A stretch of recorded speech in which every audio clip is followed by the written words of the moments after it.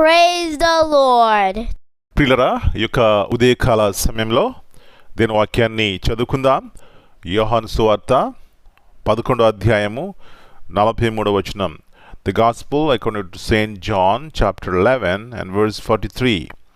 ఆయన అలాగు చెప్పి లాజరు బయటికి రమ్మని బిగ్గరగా చెప్పగా, and when he thus had spoken, he cried with a loud voice, Lazarus, come forth. యేసు ప్రభువారి అతి శ్రేష్టమైన నామములో పిల్లరా మీ అందరికీ శుభములు తెలియజేస్తున్నాను. ఈ యొక్క నూతన శ్రేష్టమైనటువంటి ఉదయకాల సమయాన్ని బట్టి దేవునికి కృతజ్ఞతాస్తులు చెల్లించుకుందాం. పిల్లరా, అందరూ క్షేమంగా ఆరోగ్యంగా ఉన్నారా?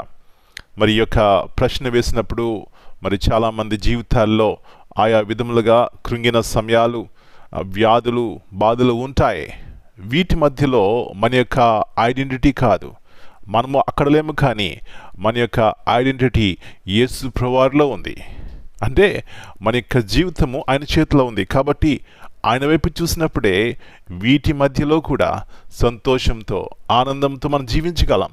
అది యేసు ప్రభువారిలో మనకున్నటువంటి గొప్ప క్షేమాభివృద్ధి. పిల్లరా, మంచిది. ఇక్కడ చూసినట్లయితే యేసు ప్రభువారు ఒక మరణమైన వ్యక్తితో మాట్లాడుతున్నటువంటి మాట చూడండి.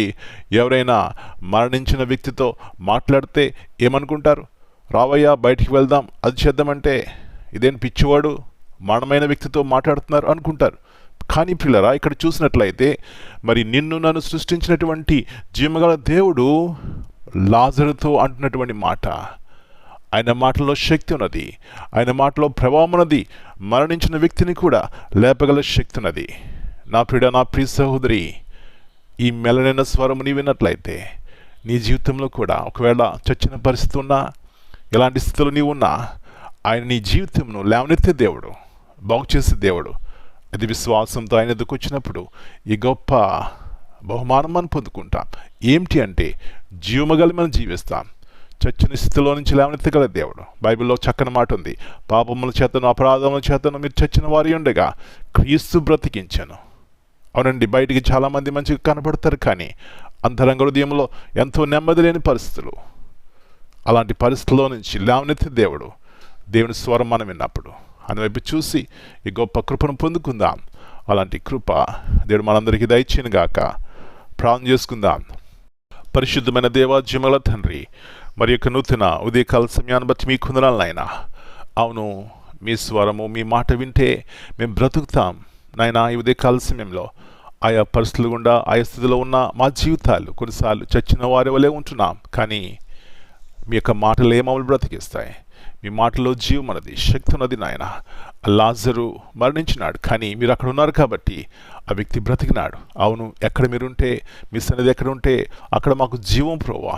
ఈ సత్యాన్ని గుర్తించి అన్ని సమయాల్లో మీ వైపు చూసి బ్రతకడానికి సహాయం ఇచ్చేయమని మమ్మల్ని మీ చేతికి అప్పగించుకుంటూ ఈ దినమంతా మీ రేకుల కింద భద్రపరిచి ప్రతి అపాయం నుంచి, కీడు నుంచి తప్పించండి. ప్రతి పాపము నుంచి మేము జయం చూడడానికి సహాయం ఇచ్చేయమని యేసు ప్రభువారి అతి శ్రేష్టమైన బలమైన నామమును బట్టి ప్రార్థన చేస్తున్నాను తండ్రి. Amen. God bless you all. My dear brothers and sisters, greetings in the precious name of our Lord and Savior Jesus Christ. Here in John 11:43, this verse powerfully demonstrate the authority and life-giving power of Jesus Christ. Even in the face of death, His word brings restoration, hope, and new life. Amen.